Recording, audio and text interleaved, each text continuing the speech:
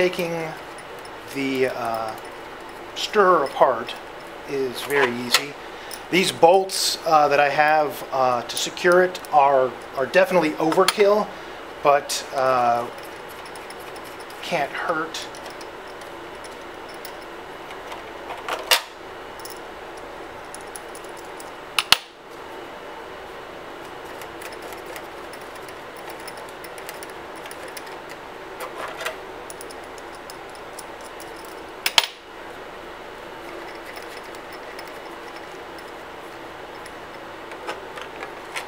The top and bottom brace have extra holes that are patterned into them, simply because you might have a mini pottery wheel that has a different size or other configuration. So again, this top plate is a very simple bracket, you know, holes in it, so forth. To remove, again, our stirrer, and again the in this case I've got the 3D printed 5mm gear attached to the stirrer. Again, still plugged in, obviously. Now, again, ubiquitous ring stand, you know, metal clamp, 4-inch ring. Again, the 3D printed inset comes right off. There's no need to use anything else to secure the 3D printed part to the ring. Once it seats on there and you assemble everything, it doesn't move. There's no issue. Conceivably, if you really wanted to, in other words, if you didn't want to have disassemble it, you could put a couple holes here, and I might actually do that in the final version of this, put like a couple holes right here, and then zip tie it, and then it's definitely not going anywhere. I mean, conceivably, you could do that all the way around if you really wanted to, but there have been absolutely no issues as far as stability once you get this on here and off you go, because again, there isn't a lot of vibration from the stirrer itself. This particular 3D printed part is only printed with 5% infill, which is a little low, which is very low, but it gets the job done. On some of the other versions of this, I've printed it at 10% or higher. Really, you can go with the bare minimum as long as your 3D printer is good and consistent as far as putting down layers, so you don't have to worry about it breaking in half or anything like that.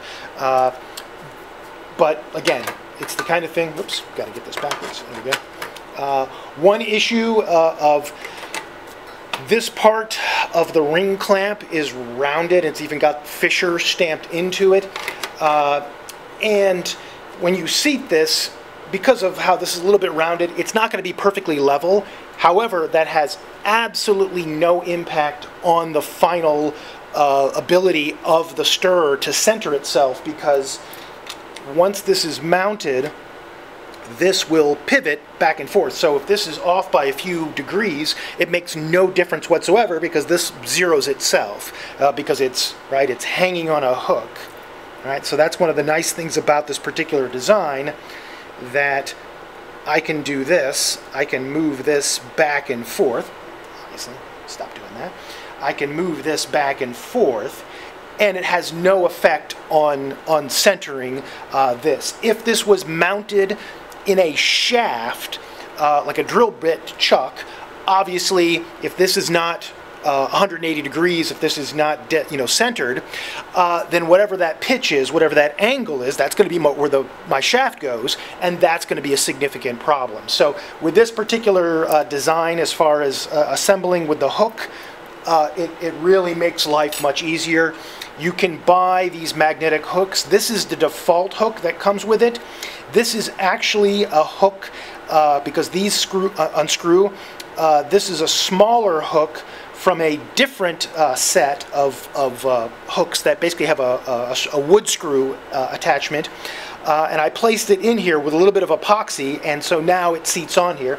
And this is really useful because some of the U-bends that students will make will be more like a hairpin, so they'll be basically, this won't fit, right? This is just a little bit too tight, but with the smaller hook, it's perfectly fine and has absolutely no operational problems. So again, this is the kind of thing that you can make all kinds of adjustments as far as the glass stirring rod shaft that you use. So like with this one, the U-bend is a little bit wider, so the bigger hook is perfectly fine. You could use a smaller hook obviously too, but again, so this is the kind of thing that I want my students to practice scientific glass blowing, so I have them make this part of the mechanical stirrer, and if they make their bend a little bit too sharp, it's not going to be a problem. In fact, I've found that the tighter bend can be actually a little bit better in some cases. It's not going to make that big of a difference, to be honest. And of course, you can do different designs as far as if you want just one shaft, you can put a little hook at the top, and because it's swinging, right, it basically centers itself regardless of the angle of the hook. It becomes less critical. Obviously, you don't want to throw these around like that. So anyway, yeah, again, the 3D printed parts. This is simply, you know, your traditional ring stand setup. This is heavy enough that I'm not concerned about it leaning forward like this while it's operating. If I was, I could place tape or some other strap down or a heavy counterweight, but this is very, very light, and this thing is a beast. This is, again, a big chunk of steel, so we've had no issues as far as the stability of the platform. And again, for assembly, you get your ring stand, your ring clamp, put it however you want. This, again, it's got the cutout, so it seats on there just like that. Initially, when I was working with this, my idea, and in practice, we actually had these mounted like this off to the side. However, with the 3D printer, it became very easy to print that hole. And again, doing a little cable management, you can move that back. And this will seat in here.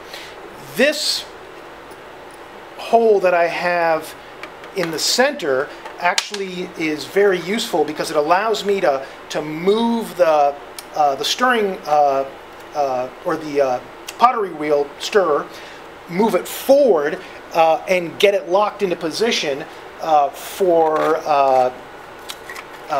operation without having to worry about it drifting. The reality is there is more than enough play as far as, there's more than enough space to account for any play movement without having to worry about this kind of grinding to the edge of the ring or anything like that. So that was one of the very important things as far as the design, to make sure that you did not have to worry about is there going to be an obstruction at the bottom? In other words, is the metal is the aluminum pottery wheel going to grind against the ring clamp, excuse me, or is there going to be any other kind of problem? And the only, one issue, if you want to call it that, let me move over here, so you can see. So here is, right, where we can turn it on and off. You can't put a bolt there, so that's what this hole is for. So it might, again, look like it's a little asymmetrical, but that's the reason why. And we 3D printed these, or I should say the design of the 3D print. And again, all I'm doing here is finger tightening the bolts. And again, once I've got, in this case, I've got 5 bolts in here. I really don't need this beefy steel bolt in here. But again, this is the case where these things cost, you know, 50 cents a piece or less. So you might as well just spend a few dollars, make this thing so that it's rock solid and you don't have to worry about it. If I wanted to, I could put another bolt here and then 2 more here. Again, because of the on-off switch, I don't have that position.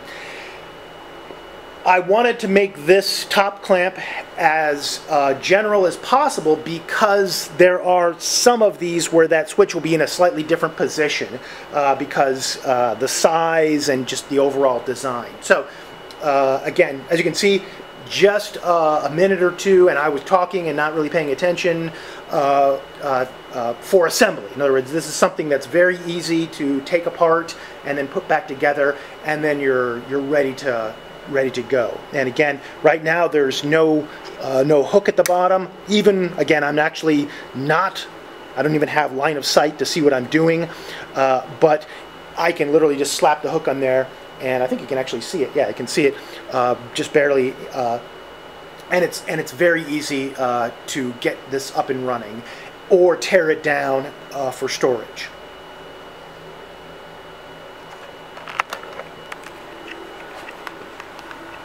So there's the hook that I just installed.